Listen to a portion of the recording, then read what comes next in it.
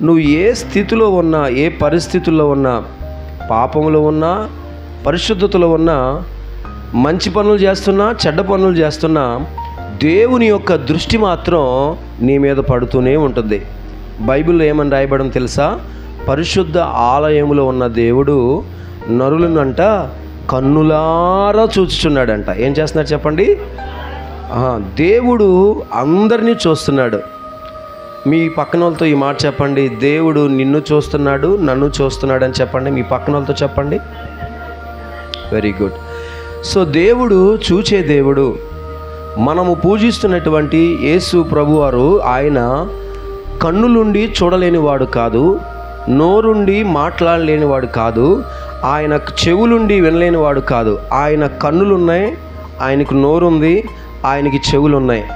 నువ్వు చేసే ప్రార్థన ఆయన వింటున్నాడు, నువ్వు చేసే పనిని ఆయన చూస్తున్నాడు. ఆయన సమస్తమును కూడా ఆయన పరిశీలిస్తున్నాడని బైబిల్లో రాయబడి ఉంది. అయితే ఈ ఆదికాండం 38వ అధ్యాయంలో 6-7 వచనాల్లో ఇక్కడ యోదా కుమారులు ఉన్నారు. తెలుసు కదా, యోదా యాకోబు సంతానములో ఒక వ్యక్తి. యాకోబుకి 12 మంది సంతానం, ఒక అమ్మాయి పేరు దేనా. 13 సంతానంలో యోదా ఒక కుమారుడు. ఈ యోదాకి ఏమైపోయిందంటే తనకు స్వేచ్ఛ జీవితం అలవాటు పడి అన్నలను వదిలేసి, బంధువులను వదిలేసి ఏం చేశాడంటే తల్లిదండ్రులను వదిలేసి స్వేచ్ఛగా ఒక ఊరు వెళ్ళాడు. గత వారం కాకుండా అంతకుముందు వారం చెప్పాను. అక్కడ ఒక అమ్మాయిని పెళ్లి చేసుకున్నాడు. ఆమెకి 2 కుమారులు, 3 కుమారులు కందామే. తర్వాత యోధా భార్య చచ్చిపోతుంది. అయితే యోధా కొడుకుకి పెళ్లి వయసు వచ్చిన తర్వాత యోధా ఏం చేశాడంటే తండ్రి బాధ్యతగా తన పెద్ద కుమారుడు పేరు ఏరు. ఏం చెప్పండి? ఏంటండి? ఏరు. మరి ఆ పేరుకు ఉద్దేశం ఒకటి ఉంది. ఏంటంటే నా కుమారుడు ఎప్పుడు కూడా ఒక ఏరులాగా ప్రవహించాలి, వాడు ఎప్పుడు ఎండిపోకూడదు, అభివృద్ధి చెందాలనే ఉద్దేశంతో యోధా ఏరు అని పేరు పెట్టాడు. పెళ్లి వయసు వచ్చింది. తామారు అనే ఒక అమ్మాయిని తీసుకొచ్చి పెళ్లి చేశాడు. అయితే ఇక్కడ మీరు చాలా జాగ్రత్తగా వినాలి. యెహోవా దృష్టికి అతడంట చెడుతనము, ఏం చెప్పండి, చెడును చేస్తున్నట్టుగా దేవుడు చూశాడు. దేవుడు ఎప్పుడు కూడా మంచిని ఎంతో ప్రోత్సహిస్తాడు, చెడును మాత్రం ఎప్పుడు ప్రోత్సహించడు. అయితే ఇక్కడ ఏం జరిగిందంటే 7వ వచనం చెల్లి చదివారు. దేవుడు అంట తన దృష్టికి చెడు చేస్తున్నటువంటి ఏరు అను వాడిని చంపెను. అంటే దేవుని దృష్టికి ప్రతి ఒక్కరూ కూడా కనబడుతున్నారు. చెడు చేసేవాళ్ళు కనబడుతున్నారు, అమ్మాయి మంచి చేసేవాళ్ళు కనబడుతున్నారు, మేలు చేసేవాళ్ళు కనబడుతున్నారు, కీడు చేసేవాళ్ళు కనబడుతున్నారు. దేవుడు చూస్తున్నాడు అనే భయాన్ని ఈరోజు సమాజం కలిగి ఉండాలి. దేవుడు వింటున్నాడు అనే భయాన్ని ఈరోజు మనందరం పొందుకుని ఉండాలి. ఒకవేళ అది లేకపోతే, దేవుడు చూస్తున్నాడు, దేవుడు వింటున్నాడు అనేది కానీ మనం భయం మనలో లేకపోతే బరి తెగించే పరిస్థితులు వస్తాయి. ఏం పరిస్థితులు వస్తాయి? ఎవరిని లెక్క చేయం, ఎవరికి లోబడి ఉన్నాం, వెంటనే నాశనం వస్తుంది. ఇక్కడ యెహోవా అతన్ని చంపినంటే ఎవరైతే దేవునికి భయపడరో వాళ్ళే నాశనాన్ని తెచ్చుకుంటారని అర్థమవుతుందా? చంపినంటే అర్థం ఏంటి? దేవుని పక్కన పెడితే ఇక ఉండేది ఏంటంటే మరణమే. దేవుని పక్కన పెట్టేస్తే, దేవుడికి దూరం అయిపోతే ఉండేది ఏంటంటే నాశనమే. అలాగూ కొంతమంది దేవుడిని పక్కన పెట్టేసి వారి జీవితాలని నాశనం చేసుకునేవారు లేకపోలేదు. కాబట్టి దేవుని బిడ్డలారా, ఈ ఉదయకాల సమయంలో మనందరం కూడా మనం నేర్చుకునే అంశం సైట్ ఆఫ్ గాడ్, అంటే దేవుని దృష్టి. ఏం చెప్పండి? దేవుని దృష్టిలో ప్రతి సృష్టము స్పష్టంగా ఆయన చూస్తున్నాడు. ఆయనను చూస్తున్నాడనే భయం ఏ సేవకుడికి ఉంటుందో, ఏ సంఘానికి ఉంటుందో, ఏ విశ్వాసికి ఉంటుందో నేను చెప్తున్నాను. వాళ్ళు పాపం చేయాలంటే చాలా ఆలోచిస్తారు, వాళ్ళు అబద్ధం ఆడాలంటే చాలా ఆలోచిస్తారు, వాళ్ళు ఏదైనా కీడు చేయాలంటే చాలా ఆలోచిస్తారు. దేవుని కన్నులు నన్ను చూస్తున్నాయి, దేవుడు నన్ను చూస్తున్నాడు, ఒక రోజున నా దేవుడు ఎదుట నేను లెక్క చెప్పుకోవాలనే భయం ఎవరికైతే ఉంటుందో వాళ్ళు ఇతరులకు లేక మేలైన కీడైన చేసే విషయంలో చాలా జాగ్రత్తగా ఆలోచిస్తారు. అందుకనే చాలా జాగ్రత్తగా మనం ఈరోజు ఆలోచించాల్సిన విషయం ఏంటంటే, యెహోవా దృష్టి ఎదుట ఏరు చెడును చేశాడు, అందుకనే మరణాన్ని పొందాడు.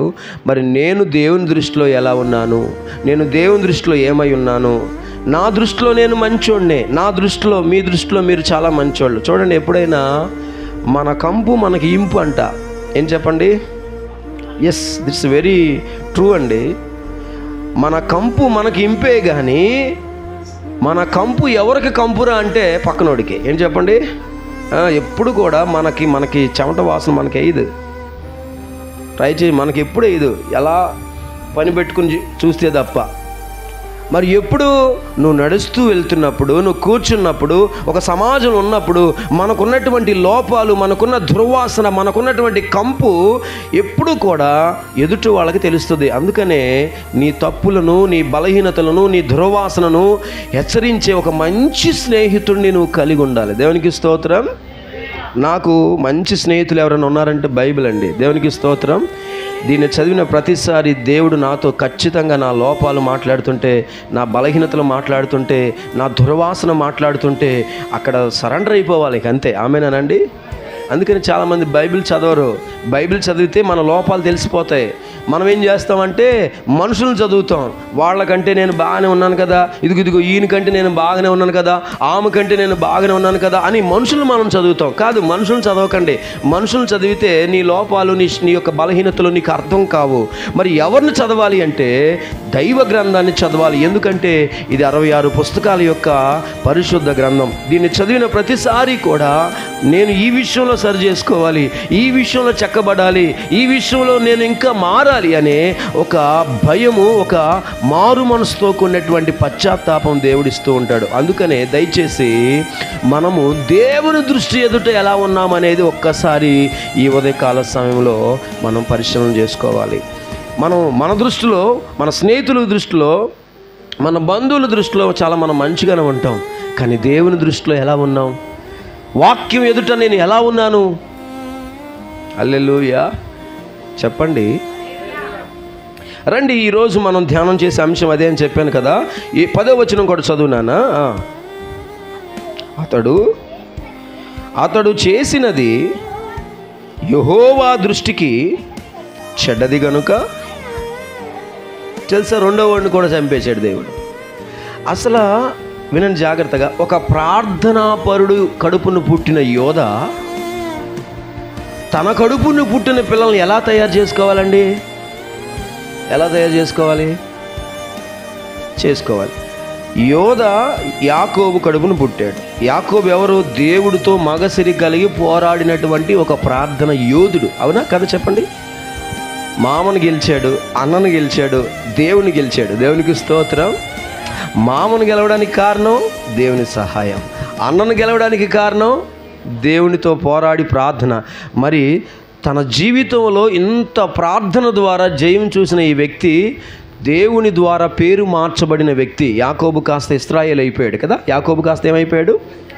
ఎంత వంశం, ఎంత గొప్ప తండ్రి కడుపును పుట్టిన యోధ కడుపును పుట్టిన వాళ్ళు ఎంత దుర్మార్గులు ఎందుకు అయ్యారంటే, జాగ్రత్తగా వినండి, మనం పిల్లల్ని కనాలి, వాళ్ళ బుద్ధులను కూడా మనమే కనాలి. గుర్తుపెట్టుకోండి, పిల్లల్ని మనం కనాలి, వాళ్ళ బుద్ధులను కూడా. చాలామంది ఏమంటారు తెలుసా, పిల్లలమైతే కనగలం కానీ వాళ్ళ బుద్ధులను కంటామండి. ఎందుకు కనవండి? చిన్నప్పటి నుంచి వాళ్ళు యుక్త వయసు వచ్చే వరకు నీ దగ్గరే ఉంటారు కదా. అంటే యోధ ఏం చేశాడంటే స్వేచ్ఛ కలిగిన వ్యక్తి కదా, వీళ్ళకి కూడా స్వేచ్ఛ ఇచ్చాడు. ఏం చెప్పండి? అన్నను వదిలేడు, దేవుడిని వదిలేశాడు, తల్లిదండ్రులు వదిలేశాడు, వచ్చి పరాయి దేశంలో ఒక అమ్మాయిని చేసుకున్నాడు, ముక్కు మొహం తెలియని అన్యురాలను చేసుకున్నాడు. చేసుకున్న తర్వాత పుట్టిన పిల్లలు కూడా ఏమిచ్చాడు తెలుసా? స్వేచ్ఛ. స్వేచ్ఛ చెడ్డది అని నేను అనను. Freedom always good. It gives a good feeling. Freedom మంచిది, కానీ ఫ్రీడంలో ఖచ్చితంగా స్వేచ్ఛలు ఏముండాలి తెలుసా? దేవునికి భయపడే ఆ మనస్తత్వం ఉండాలి. దేవునికి భయపడే మనస్తత్వం ఉండాలి. పశువులకు ఉండదు అది, ఎందుకంటే వాటికి ఆత్మ లేదు. పశువులకి ఆత్మ లేదు, వాటికి శరీరం ప్రాణం ఉంది, కానీ వాటికి ఏం లేదు చెప్పండి, ఆత్మ లేదు. ఆత్మ ఉంటేనే మంచి చెడు యొక్క వివేచన ఉంటుంది, ఆత్మ ఉంటేనే దేవుడు ఉన్నాడనే ఒక విజ్ఞత పుడుతుంది. పశువులు ఏం చేస్తాయి తెలుసా, శరీరం ఉంటుంది, ప్రాణం ఉంటుంది, కాబట్టి వాటి ముందున్నది తన తల్లి అయినా తండ్రి అయినా అది గమనించుకోవు. అవి పశువులాగానే ఉంటాయి అవి. మనం ఆత్మను కలిగిన మనుషులం. మనకు దేవుడు బుద్ధిని ఇచ్చాడు, వివేకాన్ని ఇచ్చాడు. కాబట్టి దేవుని దృష్టి, అందరూ చెప్పండి, మనం ఎలా ఉన్నామో ఒక 4 లేక 3 మాటలు నేర్చుకుందాం. దేవునికి స్తోత్రం. దేవుని దృష్టిలో మనం చాలా జాగ్రత్తగా మనము ఉండాలని ప్రభు ఎదుట మీకు హెచ్చరిస్తున్నాను. ఎందుకంటే దేవుడు తన దృష్టి ఎదుట ఎవరిని పెట్టుకుంటాడో మీకు 4 విషయాలు చెప్తాను. దేవుని దృష్టి ఎదుట ఎవరెవరు ఉంటారంటే, కీర్తనల గ్రంథం 11వ అధ్యాయము 4వ వచనం, కీర్తనల గ్రంథం 15వ అధ్యాయము కీర్తనల గ్రంథం 11వ అధ్యాయం 4వ వచనం, 15వ అధ్యాయం 4వ వచనం. ఈ 2 వచనాలు చదవండి. దేవుని దృష్టి ఎదుట ఎవరెవరు ఉంటారంటే, యెహోవా ఉన్నాడు, యెహోవా సింహాసనము ఆకాశమందున్నది, ఆయన నరులను కన్నులార చూచుచున్నాడు. అదుగో దేవుని దృష్టి చేత ఆయన వారిని పరిశీలించుచున్నాడు. 15:4 చదవండి. నీచుడు అసహ్యుడు, చాలు నాన్న.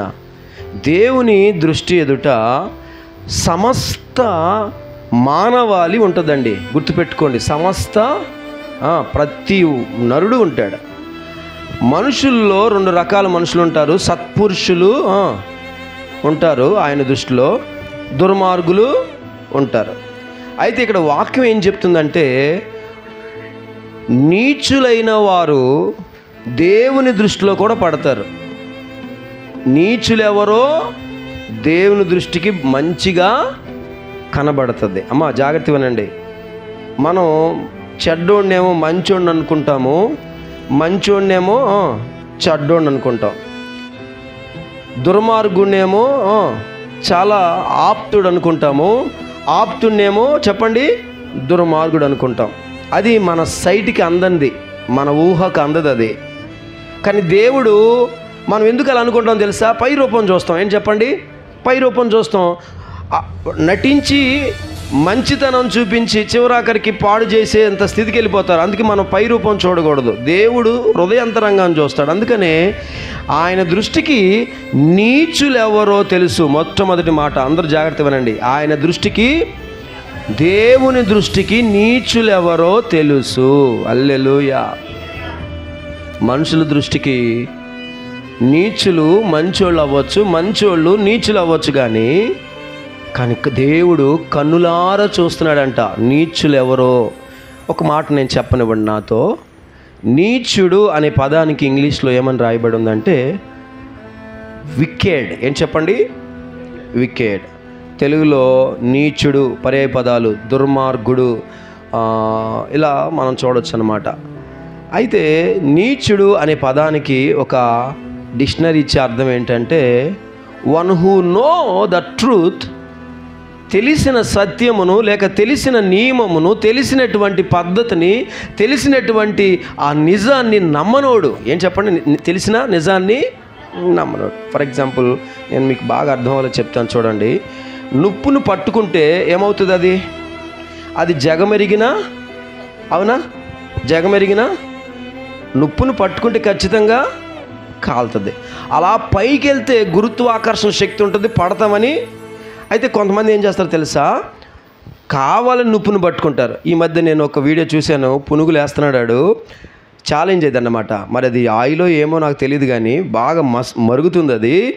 పునుగులు వేస్తున్నాడు, గరిటతో తిప్పట్ల మనోడు ఎలా తిప్పుతున్నాడు తెలుసా, చేత తిప్పుతున్నాడు ఈజీగా. ఎలా అంటున్నాడు, ఎలా అంటున్నాడు. అది కాలిద్దని తెలుసు, అది కాలిద్ది అంటుకుంటుందని తెలుసు, అయినా దాన్ని చేయడం. నియమము తెలుసు, పద్ధతి తెలుసు, నిజం తెలుసు, సత్యం తెలుసు, అయినా ఆ సత్యానికి చోటు ఇవ్వకపోవడం ఆ మైండ్ తత్వాన్ని ఏమన్నా నీచ బుద్ధి అన్నారు. ఏమన్నారు చెప్పండి? నీచ బుద్ధి. సో కాబట్టి దేవుడికి తెలుసు వీళ్ళందరూ ఎలా ఉన్నారు అనేది. అందుకనే రోమాపత్రికలో రాయబడి ఉంది, వాళ్ళు దేవుని ఎరిగి దేవునిని పూజించలేదంట. దేవుని యొక్క ఔన్నత్యాన్ని లేక మహిమను తెలుసుకుని కూడా వాళ్ళు